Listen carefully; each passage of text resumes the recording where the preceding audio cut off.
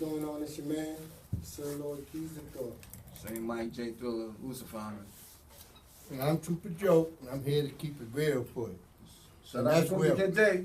That's Yeah, well. right. One for the off and substitute preacher. Truth it. Get well soon. Truth it news, man. Get with it. Word. Truth it news. Please get with it. Hey. So, we're going back to this topic. Gentrification? Yes. Yeah, it's been not slowly. Well, it started slowly from my perspective because I'm not a resident in Worcester, so I could see this stuff happening. That you know, you got Quinn Sigerman now down right next to that park that's down in Worcester Square behind the city hall and all those areas in there. They were all geared up for. It looks to me like an insurance company, and they got more schools going on. They got different kind of police. The thing that Will just was talking about in 2020, which sounds like a long way up because it say 2020. Yeah, 4 that's years. a long way up. That's 4 years. And then all those kind of people that rent will go through the roof. Where they going to go? They ain't got any place to go. Well, you know, And housing's going to ship them to the outskirts, right? Yeah, Am I that- right? what you It's going to ship them to the surrounding towns. What you've seen that happening. You don't even know if they're going to go to surrounding They might not towns. even get it, right? If Yeah, don't they get might the have to housing, go they're going to be on the street. to a whole nother state or something like that, or just try to make do or set up little ghetto type of areas and stuff because just it's like that. And they're going to tear down that beautiful church up there. That's the thing that I was going to talk about. Notre Dame, I think the church is. They're going. That was Hanover Insurance. Well, they're taking suggestions on what to do with it. They might not, but. Now, Hanover Insurance said they're going to tear it down. So far, Hanover Insurance and this Japanese firm, who I really haven't found much information about, but they're the ones that are controlling all kinds of silly stuff coming in and out of Worcester, has nothing to do with the people that live in Worcester. Nope. Like putting up an ice skating rink in a neighborhood that's got a whole lot of black people that don't ice skate. I've been What there. kind of nonsense is that? I was a part of that. I was a part of that. But I was a part of I'm that telling for you right years. now. Listen, right? And this is what we have to. So it was coming. I've been here for 25. I came in '88, so that's is that 18 years or 28 years? 28 years. Right? Well, yeah, 27 years, something like that, right? And 28 years, right? And but like Worcester had been that same way for like 26 of those years. The last 2 years, there's been a change. Like there's like I always thought that there would never be any type of development or progress in Worcester, right? They were always kind of like halfway through it. Whoever they brought in here, they know what they're doing. Yeah. Overnight, I saw someone on a while back on Vice, and it was in Chicago, and they was talking about how do you gentrify a neighborhood, right? And it was like this was the ghetto, like a Chicago ghetto. They said you go, first thing you do, you tear down the projects, you tear down the basketball courts, and then you build a police station, right? Like that overnight. That ice skating rink was destroying a basketball court. That ice skating rink was deployed to bring white people in. Look, we're moving them out. Don't worry, it's gonna be okay. And like overnight, downtown, it feels like downtown is extremely white. Yeah. Extreme. You see young white hipsters walking there, lab poodles, and there's a coffee shop going down there. Everything is like everything has the same branding. That city square, the grid that they're calling it. Yeah. Oh, that is going up fast, and it looks good, bro.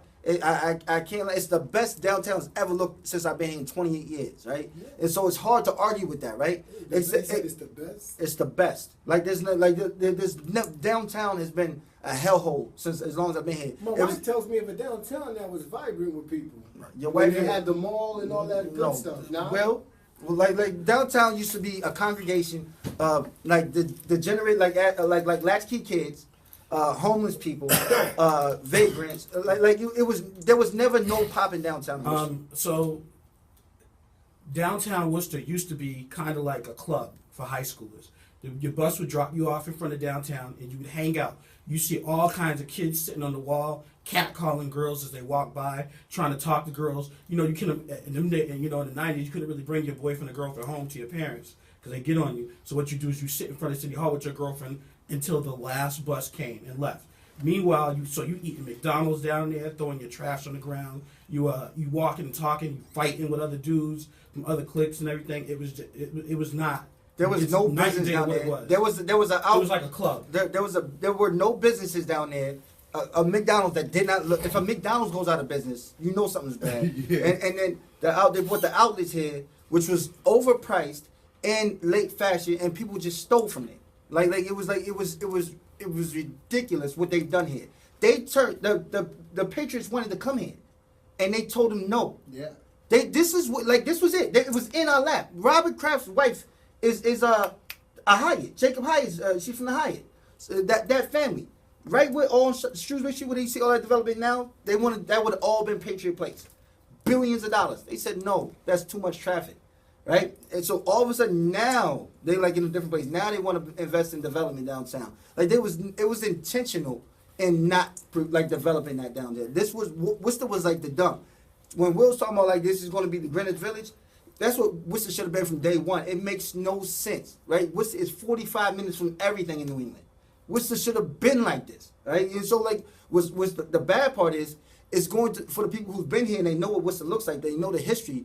The white folks who go spend their money in Millbury when they could, to get away from black folks. The white folks who go spend their money in Natick to get away from people of color. The people who know what those white folks who want Worcester to be that, once they see Worcester starting to look like that, you think they're going to vote against that? Of course not. So it's going to be either you have this or you have the black and Latino people version of Worcester. Which one do you want? Get them out of here. Get them out of here on the first thing smoking. Yeah. And so if we know if that's the narrative being created, what are we going to do about it? So you couple that last week, with what Keith was talking about last week with this drug dealer registry, and you see them and Gaffney moving to Main South. Moving into Main South, and you see the rapid gentrification and the massive accumulation of land and real estate by the schools and the colleges. Fam, it's a land grab right now. Yeah, this feels like Africa and before the Treaty of Versailles in 1938. When they came in and they said, here, you take this. It feels like WPI. Here, you have everything from Highland to here. Clark, you have everything from Maine to here. Worcester State, you have everything from here, from Chandler to here. State, you can't be state anymore. You got to be Worcester University. You got to step it up. Everybody. Even Queen Sig is grabbing up land. All downtown's all Queen Sig and back, right? And so what are we going to do? You can't smoke in your crib no more. So what they have done, I don't feel comfortable saying thousands of Worcester affordable housing users at risk as restrictions expire, right? That's Will handing this to me, right? I don't feel comfortable vouching for the benefit of the doubt of any type of treatment in America. I'm not one of these people that say that they wouldn't put us in slavery again. I have no idea what these people will do, right? Anything is possible, right? You can hope that they're going to put these displaced families somewhere else. You can hope that. History says they have, right? That's how we ended up in the inner city, because the white folks didn't want to be in the inner city. They ran, right? And so now, 30 years later, 35, 40 years later, now it's reversed. Now they want to come back to the city. Yeah, they did that before. Right. They were on the outskirts, came in, then went out. out. And now they want to come back in. Come back and in. So now y'all got to go back out there now. So they're going to put the people of color in Oxford, in Webster, and all these nothing out there. No farming. It's nothing. There's nothing to make any living out there. So you're going to you can't even be a junk and you're going to out jail. there. You won't do nothing but go out there, do drugs, have sex, fight, and go to jail. There's nothing out there. That's what they're offering people is, for me anyways, if you really get in line to want to legalize things like marijuana and legalize all the pleasurable things in life, and you're not thinking about anything else but your pleasure functions are being really enhanced, so you're not thinking about bettering yourself, because you can I'll do that tomorrow. Right now I'm gonna smoke this bone right here. But tomorrow, don't you worry, I'm gonna get up early and I'm gonna go out there and I'm gonna start and I'm gonna take care of business and I'm gonna advance my character and advance my marketability. After tomorrow I get up, I'm gonna do this other one. I got something left over, so I'm gonna do this. The buildings, the projects I'm from, right? The tenements I'm from, right? It's from the article that Will handed me about the housing restriction, the affordable housing being expiring. I'm from Pleasant Street, Fruit Street, right? It says somebody's quoted. He said, the Fruit and Seaver Associates, owner of Fruit Seaver America Apartments, is one property owner that already has decided not to renew its affordable housing restriction. That translates into a loss of 132 units from Worcester's privately owned affordable housing inventory. So when I was living, when I was up, I would have been out of there. I had assisted living there. Everybody over there got his assisted living, right? And so if you can't pay that, and I had assisted living, assisted housing, and I was paying at that time like $600, which would translate, and that was like damn near 10 years ago, and that was assisted. So Yeah. so you can imagine what the rent is actually, right? You can't afford that. And And then when they get the people out there, they're gonna move the students in there, and they're gonna make That's the what they whole want. That's what they the want. whole The thing. students and the new, the people that they're recruiting to come in here and work. Yeah, and then they'll have a nice closed. It won't be gated, but it'll be gated because, well, you can go over here and because you're an engineer, you can talk to engineering people. There you go. And you can network over here, and you can talk to lawyer people, and you can do and they'll make that whole community just like Cambridge. You know, Yes, just yes, like just like Cambridge. Cambridge, Mass. yeah.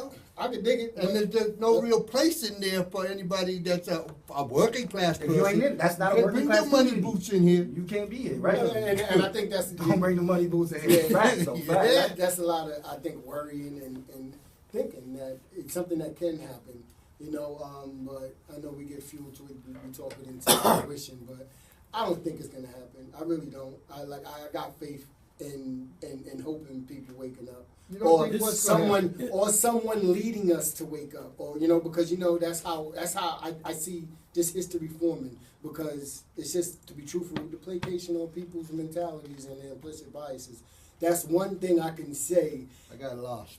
No, I'm talking about the political system, the way the systems that are set up right now. So you talk about housing, I automatically think of Wanda Acevedo and all the stories she was telling me about Ray Mariano.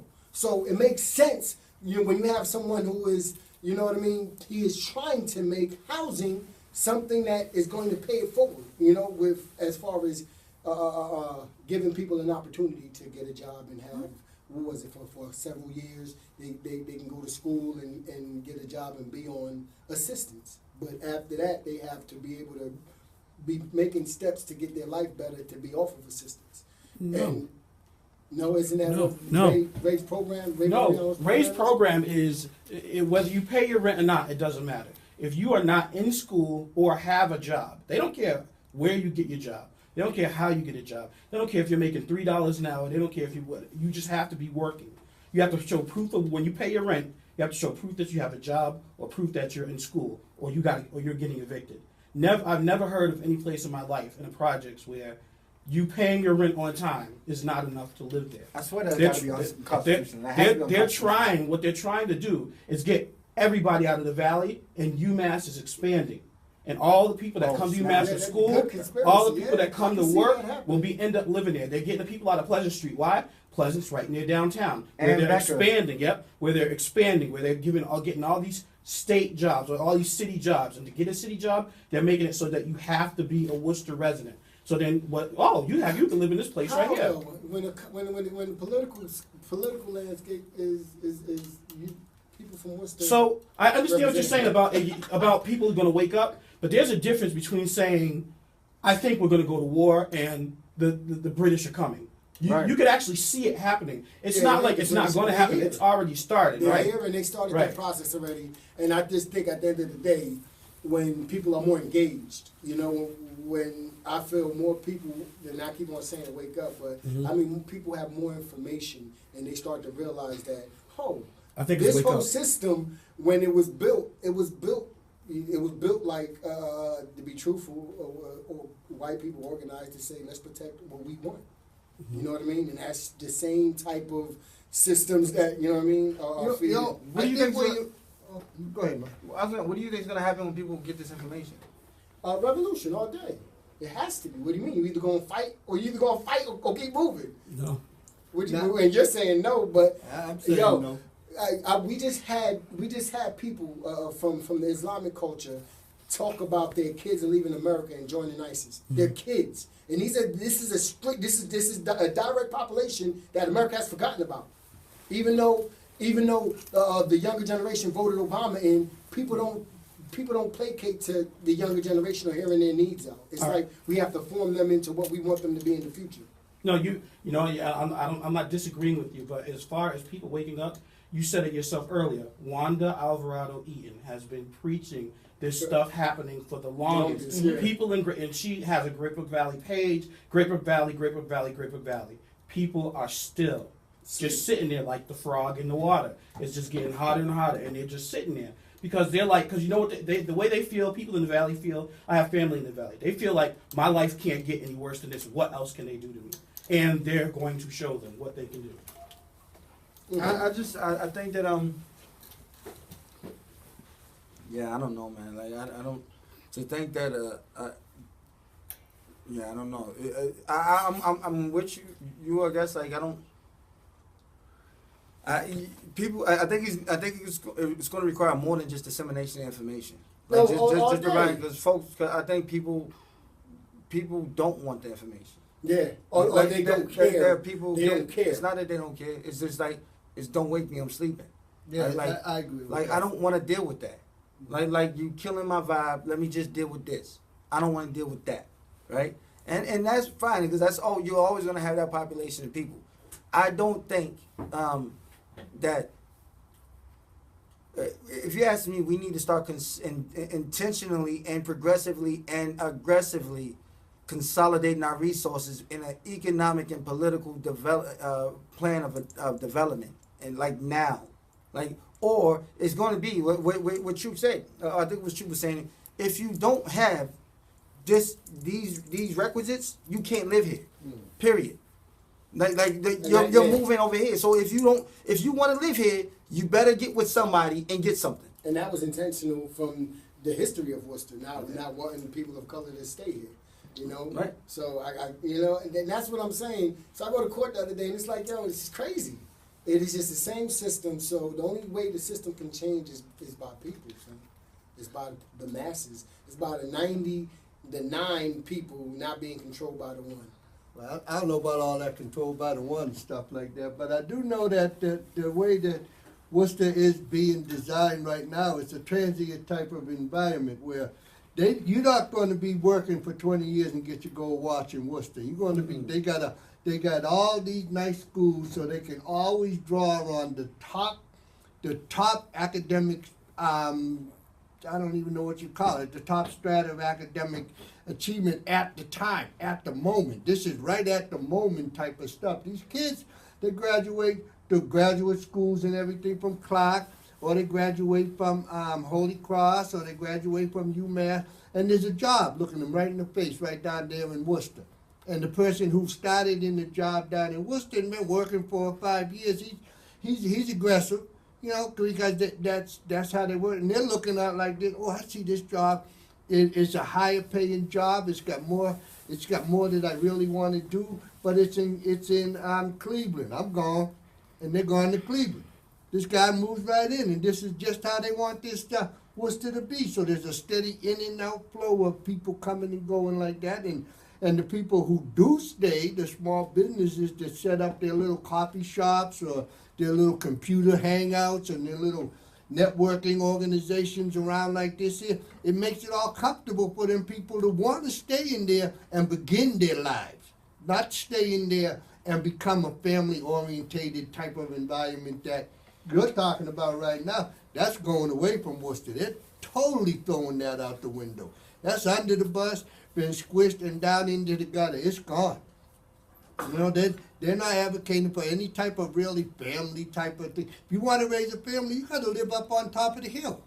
You know, and then you can raise your family and stuff, and then your family goes away.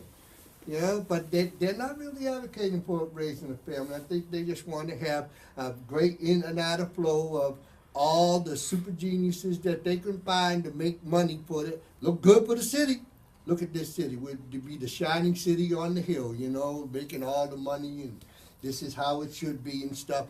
But it has no room for people who can't bring anything to the table. The big spoon and the shiny plate don't work. Yeah, man. You know, you can't, because they ain't letting you get a ladle to get the soup out the pot. You can't get it all out with your fingers, so it's not going to work. It's almost like a reflection or a microcosm of, at least I feel like that, the job market, where folks that say, no, there's no jobs. No, there's plenty of jobs. It's just if you can't do them, there's no job for you. And in Worcester, there's going to be plenty of space. But if you can't do something to live here, You see you can't later. Because fam, everywhere I turn, They building new lofts, luxury suites, here and there, like this. I'm like, who they building all this damn housing for? Like you know what they building it for. That's it. And it ain't you. No. It ain't you. And right now they're using our federal monies to do a whole lot of this stuff because they're gonna clean up the city and get rid of all the people that have drug related problems and alcohol at home, and they get this federal money to come in there and clean up that neighborhood. And they brought in those people to Right. put them in there so that they could be visual and have this visual effect like this. Because I see them people all the time now. I've been going down in there and see, they're all white. And it's, The addicts? yeah. Yeah. I'm like, okay, so you're using all these white addicts and stuff like that to say that this neighborhood needs to be cleaned up and this is going to take care of the drug problem that exists in Worcester. You know, but all the residents peeking out these windows are all brown. It's like, what's going on here? So, you know, for me, all I can say is you're using some federal money to clean this up. Then all these residents are kicked out because the place is clean. They can't go. You already got this half of your work done for you, and you got the government to pay for it, and you did it very sneakily. And hey, that was a good tactic that you used. You reported your own lower class people to use to make that money with, which is kind of a good strategy to make money. But So what do you propose that we do? Besides talk about it? I think we need to press power, turn power off. Everything needs to stop running.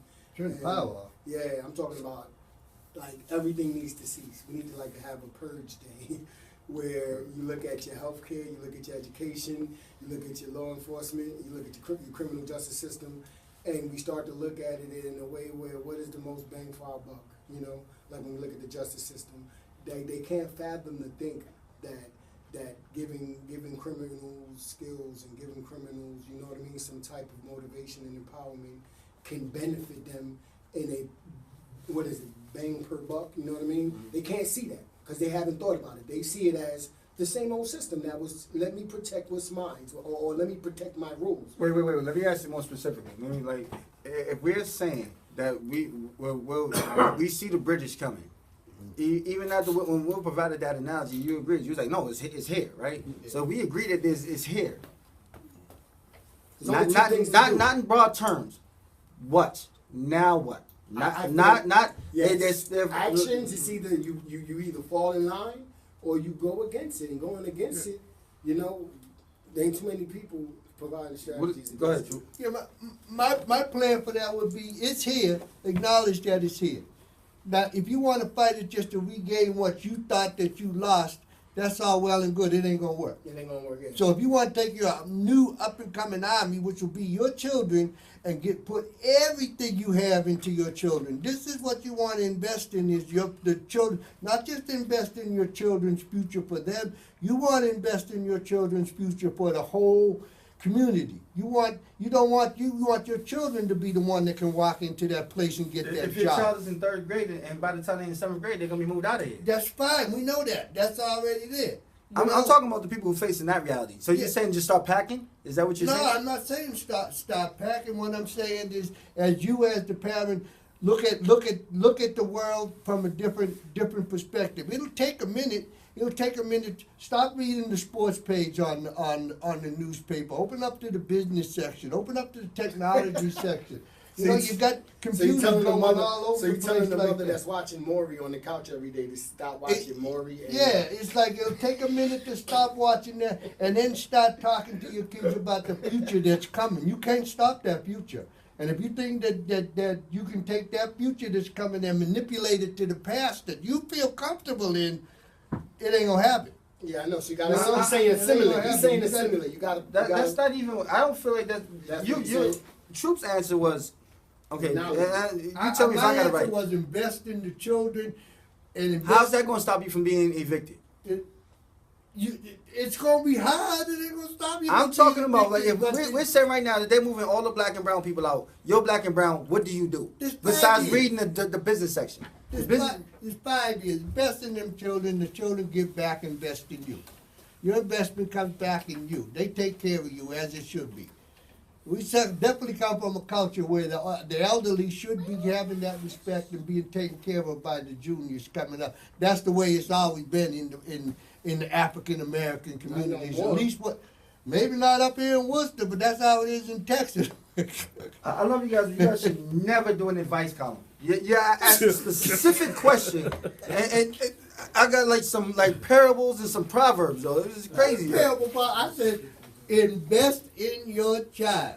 It's going to take you a minute to find out where the future's coming from. Don't expect a 7-year-old to know what the future's going to be like. Okay, true. Your dad, right? We live in Worcester. I said, Dad, they said they're moving, and in 2020, all the black and brown people are going to have to move if we don't have this. And your answer is to what?